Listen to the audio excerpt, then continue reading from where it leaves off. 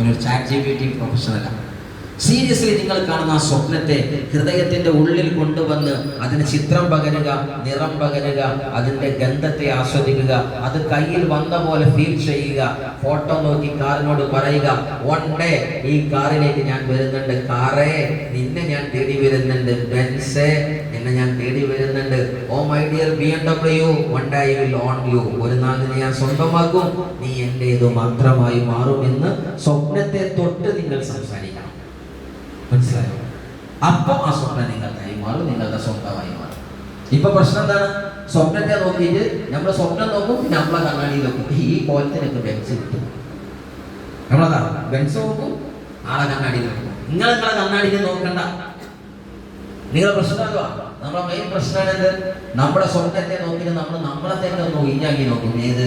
ആ ഇന്നവരെ സ്കൂളിൽ പോകാത്ത അഭ്യസ്ത വിദ്യയില്ലാത്ത രക്ഷിതാവിന്റെ മകൻ ഞാൻ, കൂലിപ്പണിക്കാരുടെ വീട്, അല്ലെങ്കിൽ എന്താ പറയുക എന്തെങ്കിലും കോളനിയിൽ താമസിക്കുന്നവർ, അല്ലെങ്കിൽ വലിയ അഭ്യസ്ത വിദ്യയുടെ തനിക്ക് ഇല്ലാത്തവർ, ഇങ്ങനെ തുടങ്ങി 100,000 പ്രയാസങ്ങളും ലിമിറ്റഡ് ബിലീഫും. ആര് പറഞ്ഞു ചിന്തിക്കാൻ? എല്ലാം മാറാവുന്ന ഒരു സെക്കൻഡ് മതി. യെസോർന്നോ?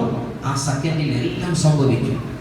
അതുകൊണ്ട് wait for that golden moment. ആ നല്ല സമയത്തിന് കാത്തിരിക്കും. Everything will be change.